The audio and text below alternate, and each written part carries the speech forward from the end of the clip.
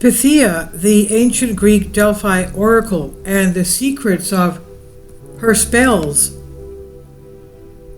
The role and importance of the Pythia in ancient Greece was particularly important. The oracle.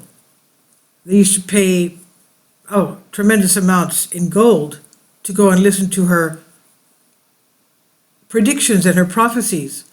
The Pythia functioned as a kind of seer or medium at Delphi, where people went to receive oracles and advice. She even gave prophecies of the birth of our Lord Jesus Christ by a virgin woman called Mary.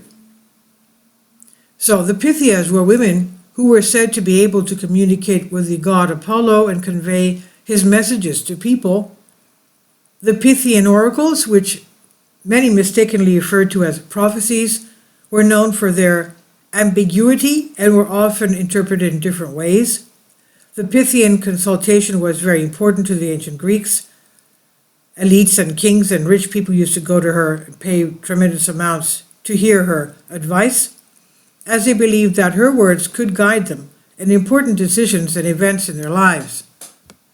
Now, the connection of the Pythia with the Greek god Apollo. The connection of the Pythia with the Greek god Apollo was extremely important. Apollo was considered the protector of Delphi, and the Pythia, a title of the high priestess of the god Apollo, was something of a mediator between the god and the people. The ancient Greeks seem to have believed that the Pythian oracles came directly from Apollo, so they had great value and importance for the community and for themselves, each one personally.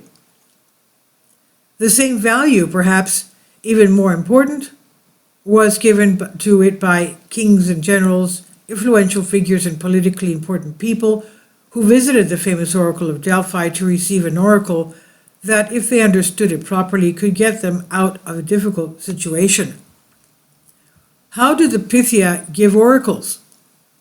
The Pythia occupied a sacred space within the oracle of Delphi, where she is said to have fallen into a kind of a trance and come into contact with the god Apollo.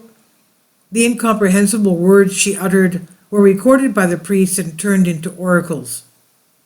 But how did the information reach the mind of the Pythia, which she uttered in a paradoxical way to inform the interested party? That is, how did she divine? How did she predict the future? What abilities did she have? And there, I think, three major versions. The first and most well-known version is given in ancient Greek literature, is that the Pythia drank water from the Castalian spring, then chewed laurel leaves and climbed into a tripod on which various incenses and herbs, or probably oleander, were burned as she inhaled their smoke. All this brought her into an ecstasy, and the Pythia uttered inarticulate words which the priest transformed into metered oracles. The other theory is that she smelled or inhaled the intoxicating gas that rose from a chasm, like there's some kind of volcanic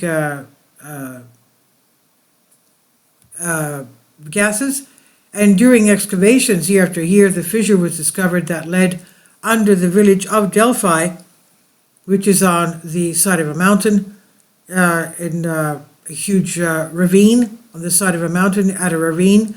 And during excavations year after year, the fissure was discovered that led under the village of Delphi. The entire area was exposed to it, and its gas emissions, which reached the surface from certain points and even inside the sacred temple.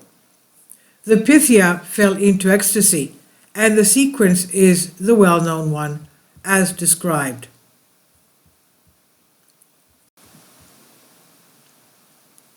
The third version, and the least widespread, suggests that the bay leaves, or whatever might have caused the Pythia's condition, were just a cover-up. In reality, the Delphi oracle had a very good information network that extended to many ancient cities and was constantly learning new things, mainly political and military, to serve leaders and kings. The priests processed and analyzed the data that they had already reached them, combining what was happening so they could make a good and relatively safe prediction and give an intelligent and satisfactory oracle. Now, the decline and the end of the role of Pythia. factors that led to the decline of the Oracle of Delphi. The decline of the role of the Pythia, the high priestess of the Delphic oracle, can be attributed to several factors. One important factor was the changing political and social landscape of ancient Greece. As Plutarch explains, the legislation of Lycurgus, the legendary Spartan legislator, was enacted under the direct supervision of the Pythians. However, as the power dynamic shifted and new forms of government emerged, the influence of the Pythians began to wane. The rise of centralized power and the gradual decline of city-states diminished the need for the guidance and prophecies provided by the oracle. And furthermore, the rapid growth and prevalence of Christianity played a determining role, as it considered all of this to be pagan and vain. However, the final blow and the definitive end to the operation of the Oracle of Delphi, and of course the Pythia, came with the decree of Emperor Theodosius I.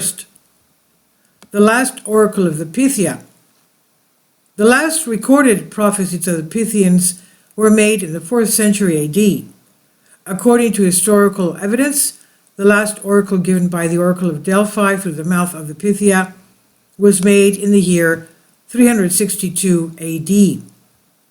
And here there is quite a bit of controversy about who the last oracle of the Pythia was, as some antiquities enthusiasts believe that the last officially recorded one is a forgery and that the real one has been deliberately erased, while they claim to know who the real one was.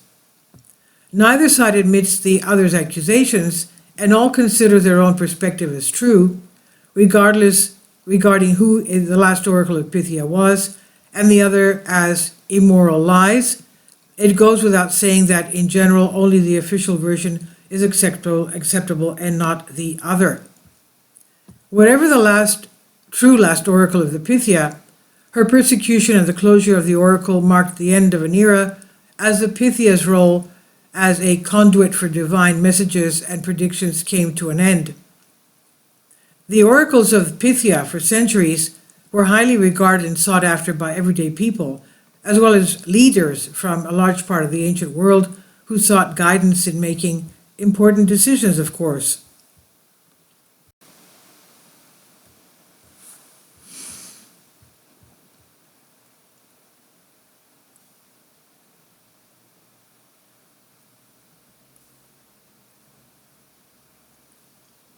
Now, the end of the Pythian role in ancient Greek society.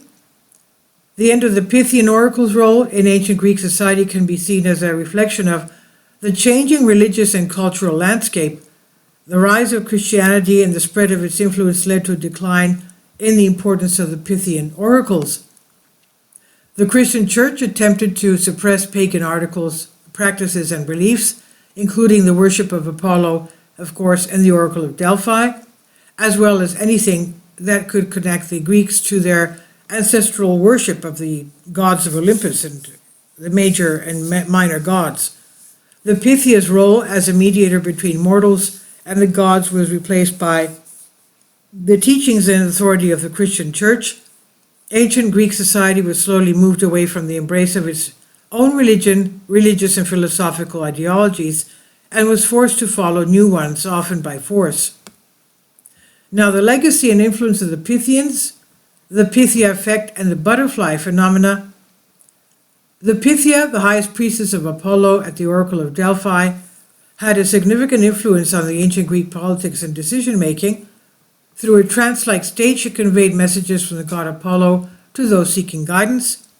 The oracles and advice of Pythia were highly valued and often shaped the course of political and military actions in ancient Greece.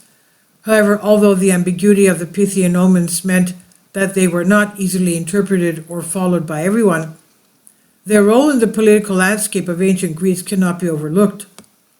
As for the ambiguity of the oracles, in my opinion, says the writer, the Pythia seems to have had a complete picture of the present everywhere, which could influence the future in whatever way she managed to do so.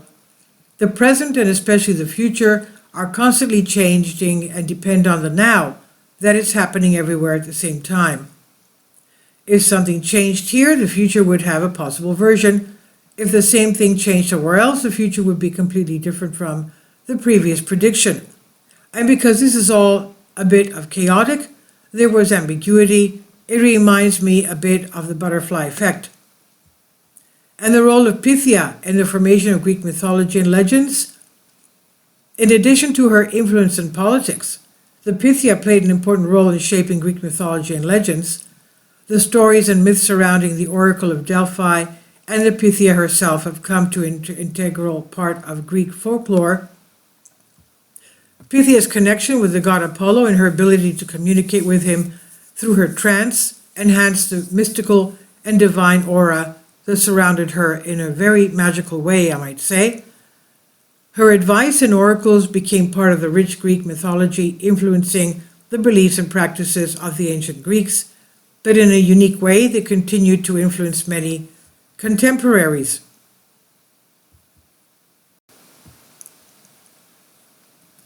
This proves that while the Oracle of Delphi eventually ceased to function, the influence of the Pythians and the oracles they delivered continued to resonate with various forms of divination throughout history.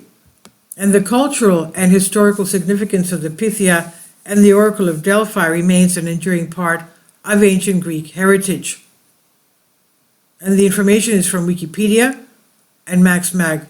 Please leave your comments and thank you for your support.